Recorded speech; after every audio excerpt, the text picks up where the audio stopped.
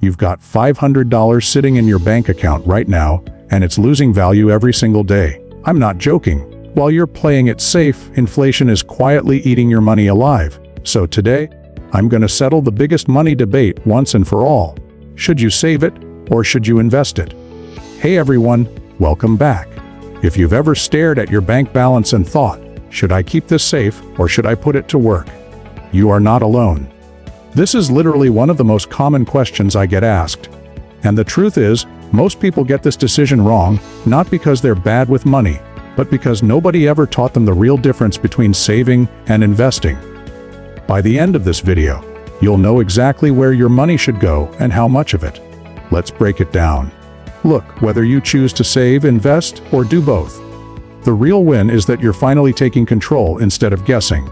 That's what separates people who build wealth from people who just hope for the best. If this helped you see money differently, hit subscribe, because next week I'm breaking down exactly how much you should be investing based on your age. You don't want to miss that one. Let me imagine two people, both starting with the exact same amount of money, let's say $2,000. One person puts it all into a savings account and forgets about it. The other splits their thinking completely differently, some for safety, some for growth. 5 years later, their financial lives look nothing alike. Why? Because they understood something most people never stop to think about. Saving and investing aren't the same thing, and treating them like they are is one of the most common money mistakes out there. Here's the simplest way to think about it. Saving is about protection. Investing is about growth. That's it. That's the whole foundation. Saving answers the question, what happens if something goes wrong tomorrow? Investing answers a completely different question. How can my money grow bigger over time? Two different jobs, two different tools. Let's make this real. Imagine your car breaks down out of nowhere, and the repair bill is $600. If your money is sitting in a savings account, you pull it out, pay the bill, and move on with your day. No stress, no panic. But now imagine that same $600 was invested in the stock market instead. The market could be down that week. You might have to sell at a loss just to cover an emergency. That's the danger of mixing up these two roles, using growth money for safety needs. Now flip the situation. Let's say you're 25 years old, and you want to build wealth for retirement, which might be 30 or 40 years away. If you just leave that money in a savings account the entire time, it grows slowly, and it often struggles to even keep up with rising prices. But historically, investing gives your money the opportunity to grow at a much stronger pace over long periods of time, because you're giving it time to ride out ups and downs. That's the power of growth, focused money. It needs time, not urgency. This is why so many people feel stuck financially, even when they're doing the right thing. By saving, they're using a short-term tool to solve a long-term problem, or a long-term tool to solve a short-term problem. It's like trying to use an umbrella to put out a fire. Wrong tool, wrong job, even though both are useful things to own. Once this idea clicks, everything about your financial decisions becomes clearer. You stop asking, should I save or invest, like it's a competition. Instead, you start asking a smarter question. What is this specific money for, and when will I need it? That single shift in thinking is often the real turning point between people who feel constantly anxious about money and people who feel calm and in control, because they finally understand what each dollar in their life is actually working toward. Here's a question that trips up almost everyone I talk to. Before you invest a single dollar, how much money should you actually have sitting untouched, just in case life throws you a curveball? Most people guess a random number. Some say $500, some say a couple thousand. But there's actually a simple rule that financial professionals rely on, and once you understand it, you'll never have to guess again. It's called an emergency fund, and the general guideline is to have 3 to 6 months of your normal living expenses saved before you start putting serious money into investments. Not your dream vacation fund. Not your "maybe I'll need it" fund. Money that's specifically there to catch you if something unexpected happens. A job loss, a medical bill, a major car repair, or any of those moments life loves to throw at us without warning. Let's put this into a real scenario. Imagine someone loses their job unexpectedly. If they have an emergency fund built up, they can pay rent, buy groceries, and cover bills while they search for new work without touching a single investment.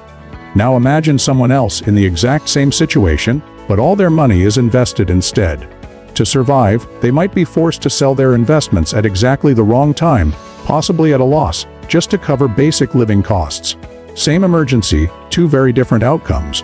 And the difference wasn't luck, it was preparation. This is why skipping the emergency fund step is one of the riskiest habits in personal finance, even though it doesn't feel risky in the moment. Investing can feel exciting. Watching your money potentially grow feels rewarding. But without that safety cushion underneath you, one unexpected expense can force you to undo your progress, sometimes at the worst possible time in the market.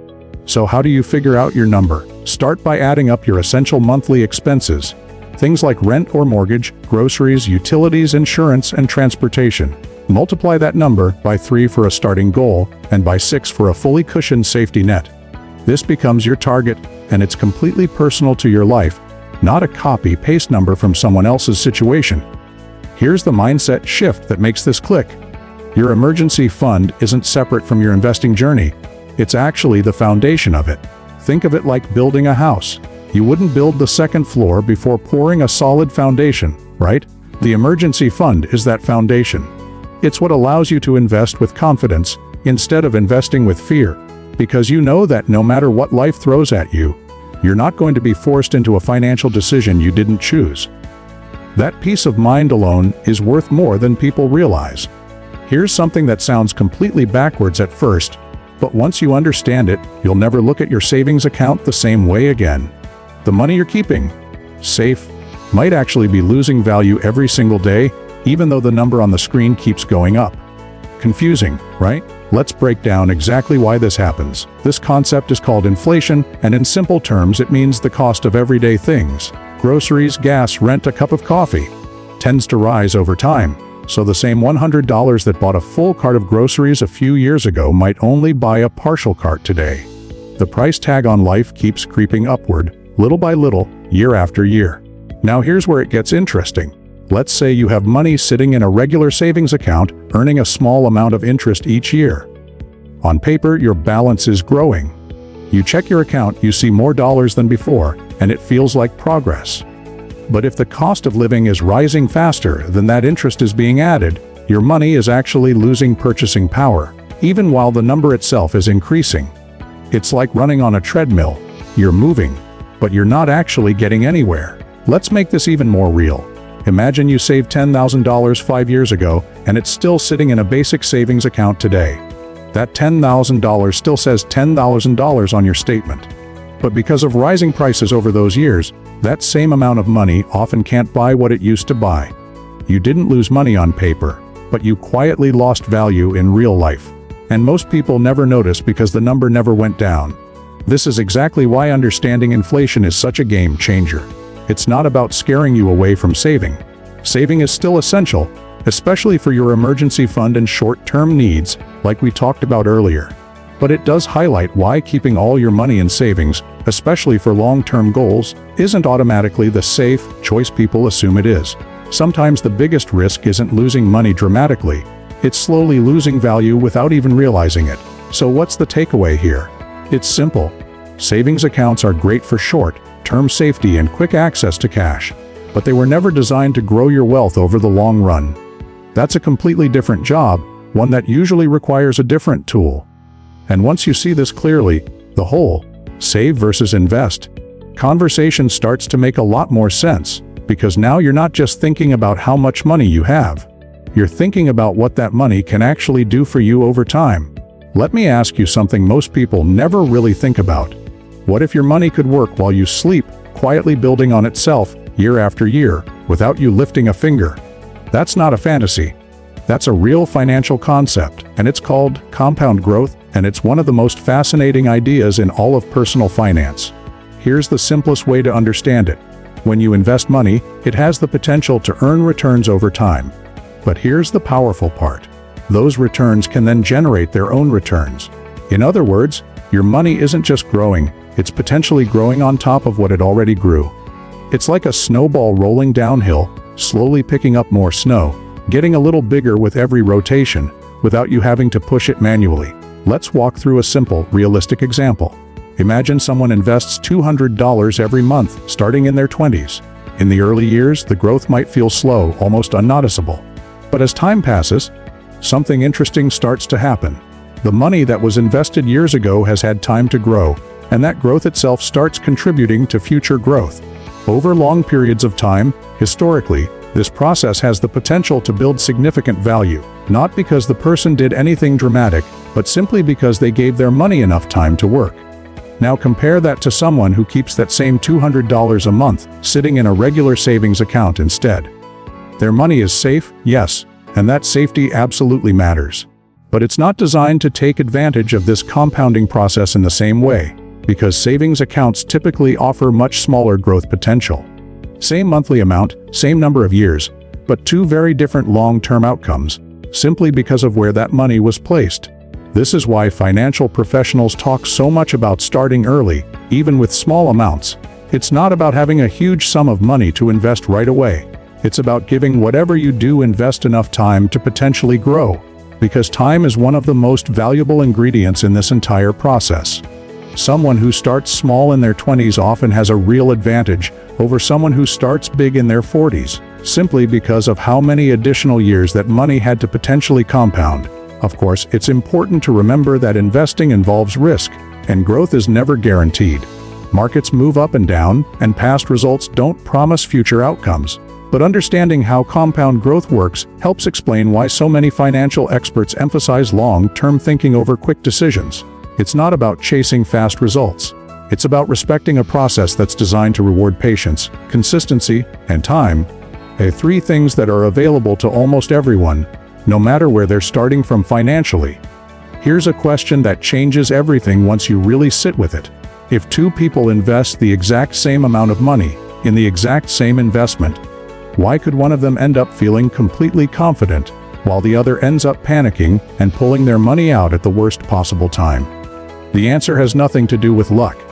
It comes down to two things: how much risk they could actually handle, and how much time they had before they needed that money. Let's start with risk tolerance, because this one gets misunderstood a lot. Risk tolerance isn't about how brave you feel on a good day. It's about how you actually react when your investment value drops, because at some point it will. Imagine two people watching their investment drop in value during a rough month. One person feels uneasy, but reminds themselves this is normal and stays the course. The other person panics, can't sleep, and sells everything just to make the anxiety stop. Same market conditions, two completely different experiences, because they have different levels of risk tolerance. This matters because investing decisions shouldn't be based purely on what could grow the fastest. They should also be based on what you can realistically handle emotionally without making impulsive decisions. There's no shame in preferring a more cautious approach. Some people are naturally more comfortable with steady, predictable progress, and that's a completely valid way to manage money.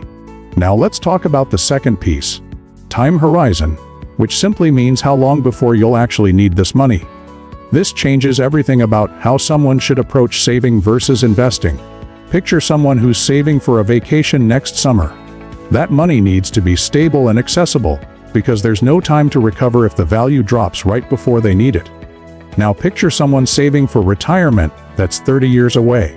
They have a much longer runway, which means they have more time to ride out the natural ups and downs that come with investing. This is why there's no single, correct percentage that applies to everyone.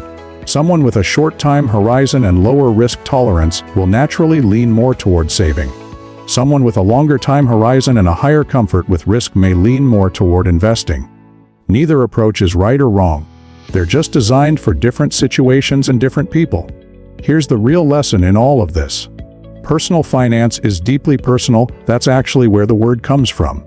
Comparing your financial choices to someone else's, without considering their risk tolerance or their timeline, is like comparing two different maps for two completely different destinations. The smartest financial decision isn't the one that looks impressive from the outside. It's the one that matches your comfort level and your actual goals, so you can stay consistent instead of making fear-based decisions at the worst possible moments. Here's the question that finally makes all of this click into place. What if the whole save or invest debate has been the wrong question this entire time? What if the real answer isn't choosing one over the other, but understanding how to do both in a way that actually fits your life? This is where a simple, practical approach comes in, and one popular version of it is often called the 50-30-20 method. Here's how it works in plain terms. 50% of your income goes toward needs, things like rent, groceries, and bills. 30% goes toward wants, the things that make life enjoyable, like eating out or hobbies. And the remaining 20% goes toward your financial future, which typically gets split between saving and investing. It's not a strict rule book. It's more like a starting framework you can adjust based on your own situation. Let's bring this to life with an example. Imagine someone earning $3,000 a month. Using this framework, around $500 would go toward essential needs, $900 toward personal wants, and $600 toward their financial future. From that $600, they might choose to put a portion into their emergency fund until it's fully built, and once that safety net is solid, start directing more of it toward long-term investing. Notice something important here. Saving and investing aren't competing for attention, they're working together, just at different stages. This is really the heart of the hybrid approach. Early on, most of that 20% might go toward building your emergency fund, because safety comes first. But once that foundation is in place, the focus can gradually shift toward investing for long-term growth, without completely abandoning savings altogether. It's not about picking a side and staying there forever. It's about adjusting as your financial life evolves. Think of it like tending a garden. In the beginning, you spend most of your energy preparing the soil and making sure the foundation is solid. That's your saving phase. Once that groundwork is done, you shift your energy toward planting and nurturing growth. That's your investing phase. But even then, you don't completely stop caring for the soil. You maintain it, you protect it, because a strong foundation supports everything that grows on top of it. This is why the smartest approach isn't saving versus investing, it's saving and investing working together intentionally. You're not choosing between safety and growth, you're building both, in a way that matches your income, your goals, and your comfort level. And once you start thinking this way, personal finance stops feeling like an overwhelming decision you have to get perfectly right, and starts feeling like a flexible system you can adjust and improve as your life changes, one intentional choice at a time. Here's the truth. You don't need to be rich to start. You just need to start. Every single person building wealth today once had their very first dollar saved or invested, and this could be your moment. So stop waiting for the perfect time, because it doesn't exist. Your future self is counting on the decision you make right now. Go make it happen.